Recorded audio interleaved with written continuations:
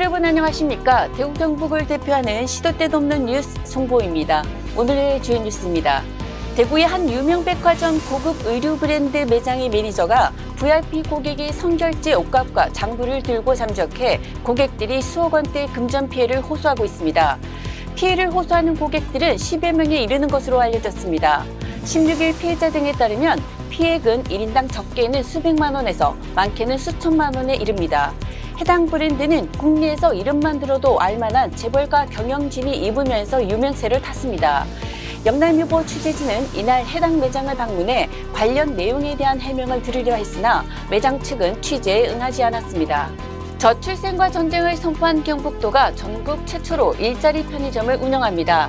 일자리 편의점은 일과 돌봄 병행을 희망하는 부부를 대상으로 공공 및 기업 등에서 최소 하루에서 최대 3개월의 단기 일자리를 제공합니다. 일자리 편의점은 돌봄센터 또는 여성 일자리 센터 등을 조성하고 부모가 일하는 동안 자녀는 24시 어린이집이나 돌봄센터 등에 잠시 맡길 수 있습니다. 일자리 편의점 1호점 구미 지점을 시작으로 경북 22개 시군으로 점차 확대해 나갈 예정입니다. 경북도가 최근 영양 지역에 대한 비하 및 자극적 발언으로 논란을 일으킨 유튜브 콘텐츠의 사회적 피해를 해결하기 위해 적극 대응에 나섰습니다. 지난 13일 경북도 공식 유튜브 채널 보이소TV에 느리게 걷다 보면 보이는 것들을 주제로 한 영양 가득 힐링 여행편이 공개됐고 영양의 먹거리를 소개하는 영양 가득 미식 여행편도 촬영 중입니다. 두 편의 영양 가득 콘텐츠는 다양한 이벤트와 함께 SNS 채널을 통해서도 홍보될 예정입니다. 경북 영천시 환안면 한 양돈 농가에서 아프리카 돼지 열병이 발생했습니다.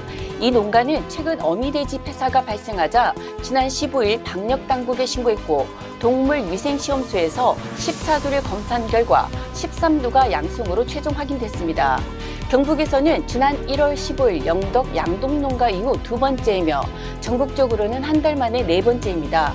경북도는 긴급 행동지침에 따라 발생농장에 사육돼지 2만 5천여 두를 모두 살처분하고 발생농장의 반경 10km 이내 양동농장 5호 1만 3천여 두에 대해서는 임상 정밀검사를 실시했습니다.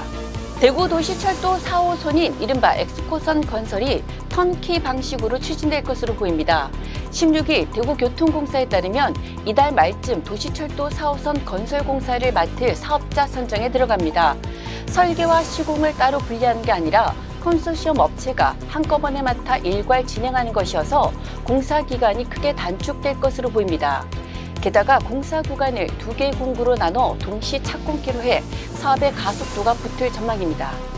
16일 직장갑질 119에 따르면 최근 직장인 1,000명을 대상으로 2025년 적정 법정 최저임금 설문조사를 한 결과 응답자의 67.8%가 내년도 최저시급 1만 1,000원, 월급 230만 원 이상이어야 한다고 답했습니다. 1만 1,000원은 올해 최저임금 9,860원보다 11.6% 많은 금액입니다. 적정한 최저시급으로 1만 2,000원이 40.4%로 가장 많았고 1만 원 이하 22.3%, 1만 2,000원 16.5%, 1만 3,000원 이상 10.9% 등 순이었습니다. 지금까지 6월 17일 월요일 영남일보 시도 때도 없는 뉴스였습니다. 다음 시간에 뵙겠습니다.